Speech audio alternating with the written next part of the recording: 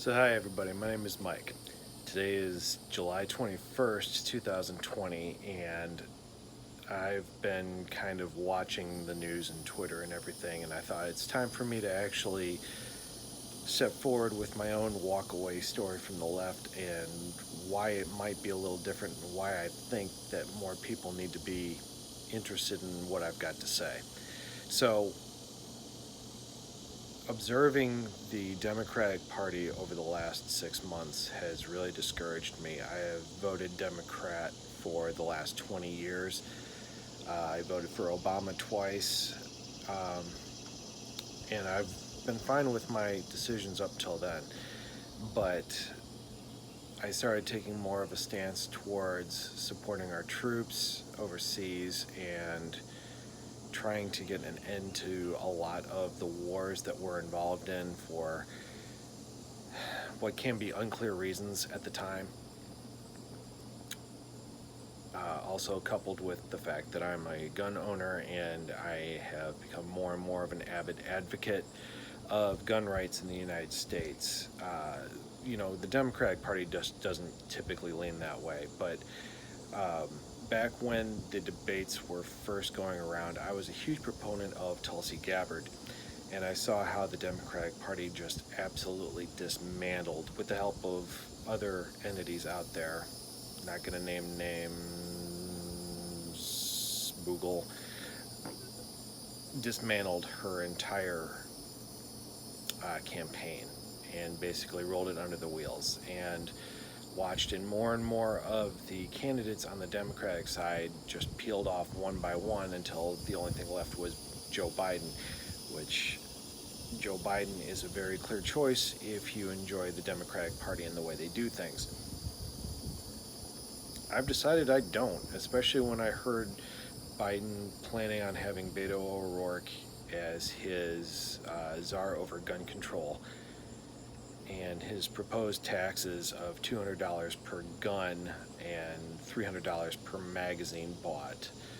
Now, I am not a one-issue voter by any stretch of the imagination, but when you start to take away things like the inalienable rights that we have according to the Constitution of the United States one by one, that seriously starts to be an issue for me.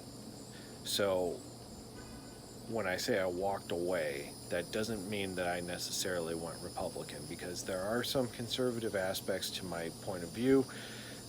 However, I cannot and will not ever abide by Donald Trump as my president, because I don't feel like he's qualified for the role. Now look, there are a lot of people out there who feel that he is qualified, and there are a lot of people out there who think he's the greatest president ever. I'm not here to change your mind. I'm not here to change your opinion. I'm just saying my opinion, my own opinion. He shouldn't have been there to begin with. All right. So the wonderful thing about this country is it is not a duopoly.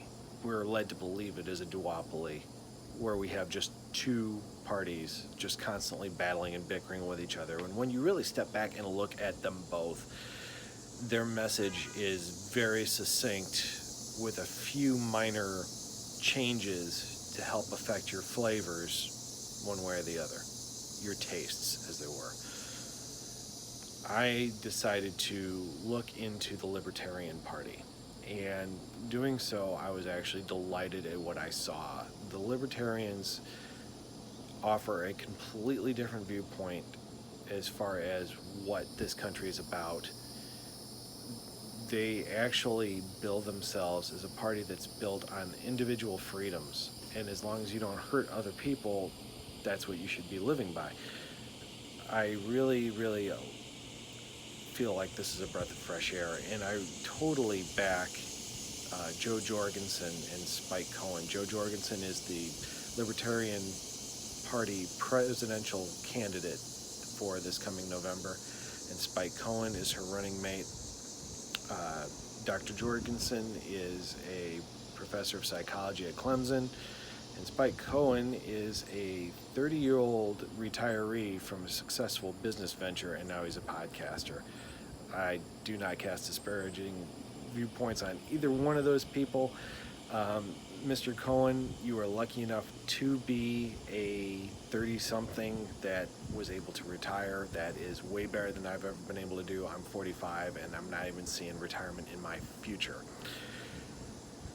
But something alarming just came to light on Twitter, where Dr. Jorgensen tweeted out that 14 states need to complete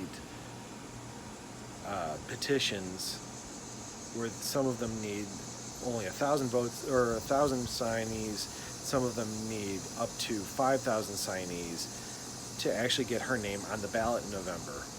That is ridiculous. That is absolutely ridiculous when you look at other parties, other third-party candidates like the Green Party candidates, the working class, the working family party candidates. Those all show up on different ballots across the country. I live in the state of South Carolina.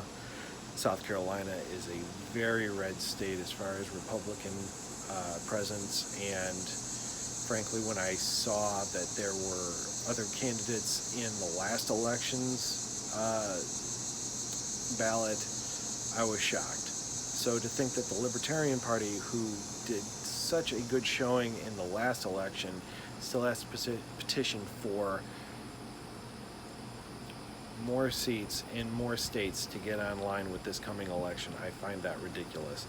So what I'm saying here right now is anybody who is interested in looking around and seeing something bigger and broader than what you're seeing out of the local media, or the local media, the national media, and what you see on your typical YouTube and Twitter, I urge you to go look at Dr. Joe Jorgensen's campaign. I urge you to look at the Libertarian Party as a whole, especially right now. They're making a lot of sense as far as where we need to take our country, as far as bringing troops home and treating us more like a Switzerland, where we're armed but neutral and we're not taking sides in all sorts of different parties,